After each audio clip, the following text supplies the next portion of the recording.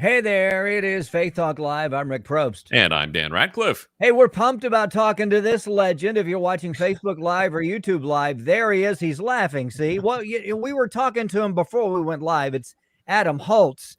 He was saying that in his genealogy, somebody had the last name Bonebreak. So I think we should change his name to Adam Bonebreak with us today. Adam Bonebreak, I like it. From Plugged In. Adam, how are you?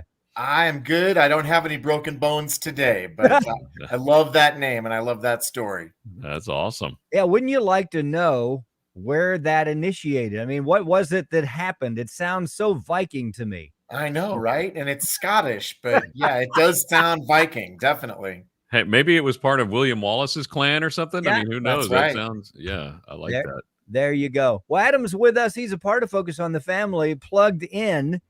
And they do so many weekly reviews on movies and TV and music and games. They do so much. In fact, we're going to actually pick his brain now and find out what all they do there at Plugged In. Adam, your turn.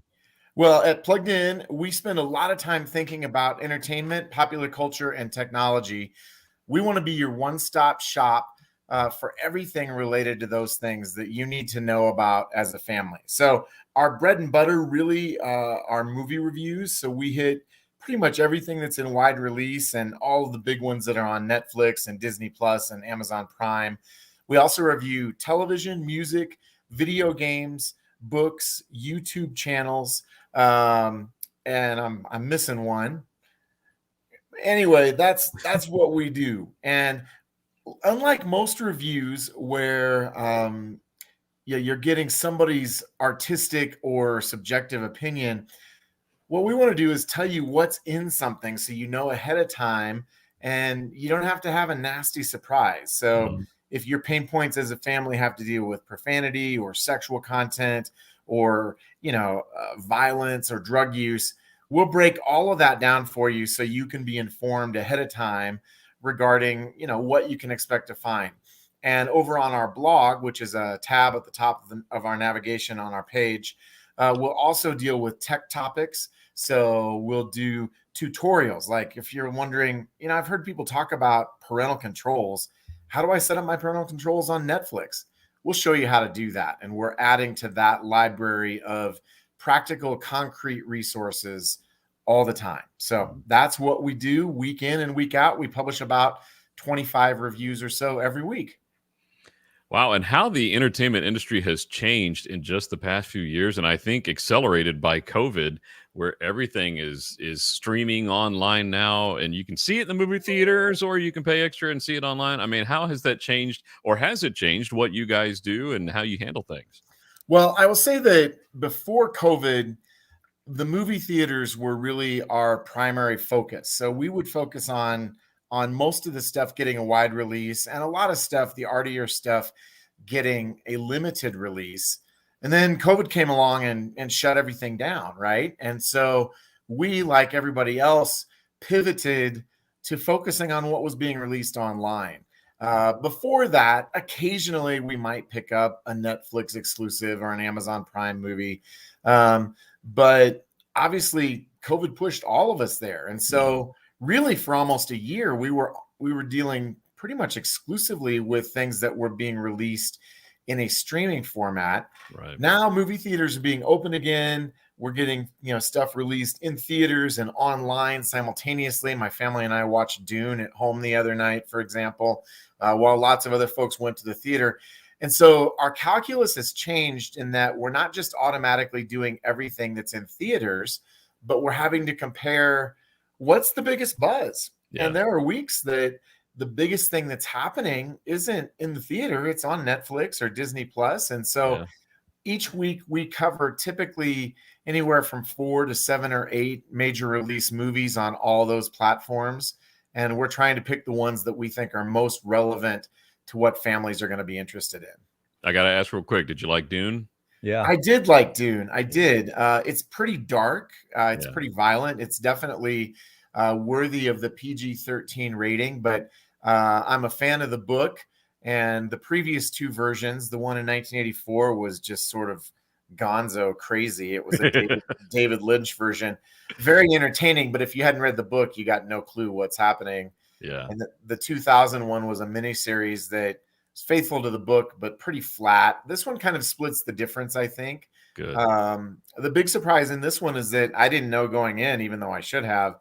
It's only half of the story. So they're trying to make enough money on the first one that they can come back and finish the story. And even after 2 hours and 38 minutes, it ended abruptly. And I'm like, that's it? We're done? Okay. All right. Yeah, it leaves you wanting more. That's how they make definitely. money. Yeah. Adam Holz with us from Plugged In, and we'll give you a website on right there. It is pluggedin.com. Dan's put it up there. Thanks, Dan. Yeah, during COVID, I mean, we have here at the house, we have DirecTV, we have Netflix, we have Amazon. And then I found myself over the last 2 years working at home, watching YouTube more than I would normally. So you guys have jumped on that. With everything being released, in one sense, it's like, oh, wow, it's like overload for me and it's exciting. The other side is it makes my head swim. And I don't know what to look for because it's just right there. Oh, I got to watch this before it goes out of date. Hey, this is hot. What about this Squid Game? Well, I don't know. Maybe I should, maybe I shouldn't. Yeah. So what are you finding the folks that have been a part of Plugged In and with this new, I think you said calculate. Did you use the word calculate? I thought that was. I think I said calculus. I mean, just trying to figure it all out. Yeah. I mean, we're constantly paying attention to all the Hollywood buzz in terms of, what is the culture talking about? And like you, Rick, we have all those services at home and we have everything for Plugged In pretty much. I mean, we've even got, Paramount Plus and Peacock and some of the smaller ones that people may or may not have. I saw an interesting study a couple of weeks ago. They said the average person now, if they sit down to watch something on television, it takes them 9 minutes to figure out what they want to watch because of exactly the problem you're talking about. Yeah. And the other thing is, I forget what the percentage was. I'm going to make something up, but it was a big enough percentage that it got my attention. It was like 25% of people actually turn the TV off because they're so overwhelmed by choice that they find themselves so paralyzed that they decide, actually, I don't want to watch anything. So, we were talking about Dune a minute ago. We knew Dune was going to be big. So we still have the big blockbusters. We've got, No Time to Die. We've got Eternals coming out in a couple weeks. Those are slam dunks, right? We know people are talking about those. But what's different now, as you mentioned, you talked about the Squid Game. The Squid Game came out of nowhere. This is from South Korea. It's dubbed into English, and it's the biggest thing in the history of Netflix. And it's basically, it takes, kids' games on the playground and mashes them up with the Hunger Games. If you don't win at red light, green light, they shoot you, and it's supposed to be sort of, I think, a meta commentary on economic instability in South Korea, but it's also an extraordinarily violent show and kids have latched onto it. Right. And so now you got kids playing Squid Game stuff, making videos, putting them on YouTube. They're not going to be violent like that. But if kids don't know about it, like my 11-year-old came home the other day, she said, all of my friends have watched the Squid Game. What is it? I'm like, where are your friends' parents? Yes. But the reality is it came out of nowhere. And if you're not paying close attention, you're not even aware of it, but your kids will be. And that's what we want to help you with at Plugged In. And the kids are born nowadays knowing how to get to Netflix, knowing how to find everything. I mean, and a lot of times the parents don't even know it's out there, or even what button do I push to get to Netflix? I don't know. It's sad, but the kids find it a lot quicker, and you gotta be on top of it. No, you do. I mean, my 15-year-old is pondering starting a business, putting computers together for people, because that's what he does. He sources parts and he helps his friends put stuff together. And I mean, it's funny how when you're younger, it's almost a cliche. The kids know what's going on and the parents don't. Yeah. And yet here we are, right? Yeah. I'm 50 years old and my kids know more about this stuff than I do. And it's my job to know about it. So we talk a lot. Like, what are you seeing? What do I need to be aware of in addition to the work that I do at Plugged In? Adam Holz, we're talking about Plugged In and so much more. We got to take a break here, Adam. We love what you do. Thank you so much for doing that. And, you would think, just off the top, wow, he gets to watch all this stuff. But I mean, it's like, how do you enjoy it? I mean, you've got so much content that you have to sift through. You have to make a spiritual and an intelligent decision on what to say, what not to say. It's work for you. Yeah. It would make my mind explode. I mean, right here. So thanks for what you do. What's coming up next for you between now and, let's say, the first of the year, or even after the first of the year? Well, I would say the two big movies that are coming now are Eternals, which I mentioned a minute ago. I believe it comes out not this Friday. I think it's out the following Friday. Yeah. We've got, The Matrix Reloaded. I think it was Matrix Resurrections, I think they're calling it. And for some of us who are around in the late 90s, you might be looking forward to that. And then we've got the next Spider-Man movie. Yeah. I'm sorry, Dan. Go ahead. I was just saying, I'm excited about it.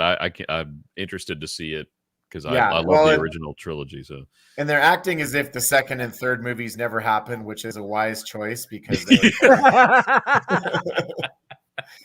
And then Spider-Man: No Road Home is coming out right before Christmas. So those are some of the big ones. We've got Steven Spielberg's West Side Story.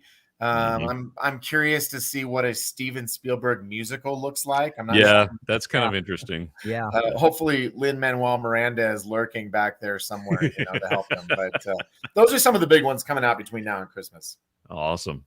Adam, we appreciate what you do. We'd like to talk to you again somewhere around the first of the year and just kind of check in with you. And maybe even talk about now. I'm ready for my wife wants to see in the theater 007, No Time to Die. So we have to see that. I enjoy it as well. But we'll talk about that, Eternals, and more. So again, check that website in. I think it was pluggedincom. Let's take a break. We'll be right back. I'm Rick Probst. And I'm Dan Ratcliffe. This is Faith Talk Live.